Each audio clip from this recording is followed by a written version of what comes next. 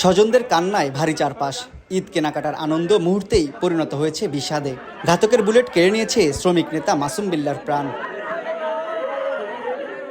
সিসিটিভির ফুটেজে দেখা যায় বুধবার রাত 9:15টার দিকে ধাওয়া খেয়ে প্রাণ বাঁচাতে দৌড়ে জুতোর দোকানে ঢুকে পড়েন এক ব্যক্তি। 6 থেকে 7 জন গুলি করে পালিয়ে যায়। খুলনা নগরীর ডাকবাংলো মোড় থেকে রূপসা মোটর শ্রমিক ইউনিয়নের সাবেক সভাপতি ও উপজেলা শ্রমিক দলের সাবেক আহ্বায়ক মাসুম বিল্লাহকে উদ্ধার করে খুলনা মেডিকেল কলেজ হাসপাতালে নিলে মৃত ঘোষণা করেন চিকিৎসক। যেখানে সিসিটিভি ফুটেজ আছে সেখানে খুঁজে বের করতে এত সময় কেন লাগবে? তাহলে প্রশাসন কি নাকে তেল দিয়ে ঘুমায়? আমরা প্রশাসনের কাছে চাইছি সুষ্ঠু তদন্ত করে এর বিচার। পুলিশ বলছে টার্গেট কিলিংয়ে অংশ নেয় শীর্ষ সন্ত্রাসী গ্রুপ বি কোম্পানির সদস্যরা। মাসুমকে গুলি করে পালানোর সময় এক সন্ত্রাসীকে ধরে ফেলে ট্রাফিকের এক পুলিশ কর্মকর্তা। পরে বৃহস্পতিবার সকালে আটক করা হয় আরও একজনকে।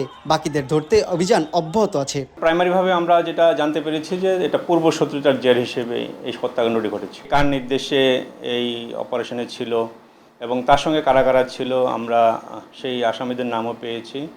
তো সেই তথ্যের ভিত্তিতে আমরা গতকাল রাত্রে কয়েকটি জায়গায় অভিযান করেছি।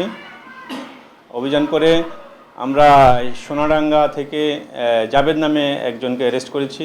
নিহত মাসুম বিল্লাহ রূপসা উপজেলার বাগমারা গ্রামের বাসিন্দা। তানজিম আহমেদ, সময় সংবাদ, খুলনা।